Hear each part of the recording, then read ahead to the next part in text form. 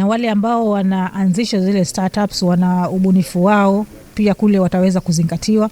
Lakini kwenye maoni tuliotoa moja hapo ni kuhakikisha kwamba serikali labda inaanzisha forum za kuunganisha watu wenye ubunifu na watu wenye fedha, kwa sababu mtu ana ubunifu wake lakini hana fedha za kufanya kibiashara ule ubunifu wake uweze kumletea tija.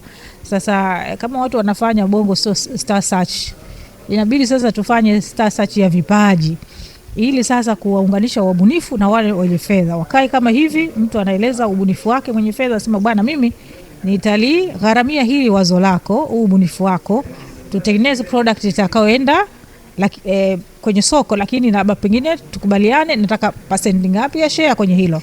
Wanafanya wenzetu nje za nchi. Si maana serikali haiwezi kufanya kila kitu, kila mbunifu kumpa fedha. Tunazo mechanism za watu kupewa fedha kupitia njia ambazo tumeweka, tunawakopesha bila kupewa riba. Yani wakati riba serikali imebeba hilo, wala hawahitaji dhamana, lakini ipo ya mikopo ya vijana 4% na wanawake 4%, watu wenye ulemavu 2%. Lakini hii itakuwa ni njia nyingine ya kuunganisha vijana wabunifu na wenye fedha, kwa sababu tuna encourage pia sekta binafsi ishiriki katika kuwanyanyua vijana. Serikali peke yake haiwezi kufanya kila kitu. Tunaomba sekta binafsi washiriki kunyanyua bunifu za vijana na kuzifanya ziwe product kwa ajili ya kutatua matatizo ya ndani ya nchi, lakini pia tunaweza tukabuni vitu vya kutatua matatizo ya watu wengine. Soko ni dunia, dunia sasa hivi ni kijiji, tulitumie vizuri.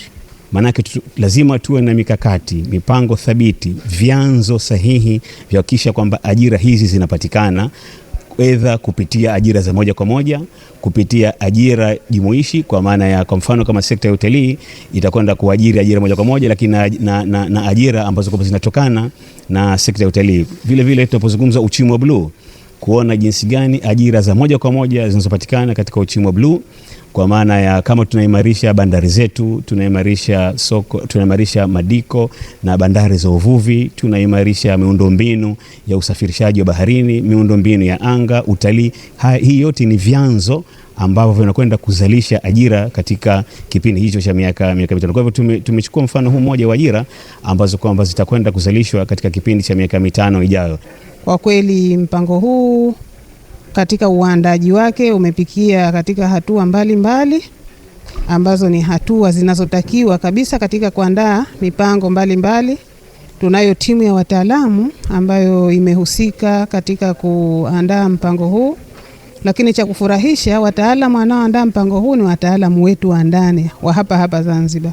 Hatujachukua washauri elekezi au consultant kutoka nje, na mpaka sasa tumeshafikia hatua nzuri tu ya uandaji wake, na ndio maana tumeona tuweze kukaa na makatibu wakuu kuweza kuwasilisha hii rasimu ambayo tunayo, ili kuweza kupata maoni yao na michango yao itakayosaidia katika kuboresha rasimu hii, ili wakati wa utekelezaji wake iwe ni document ambayo inatekelezeka.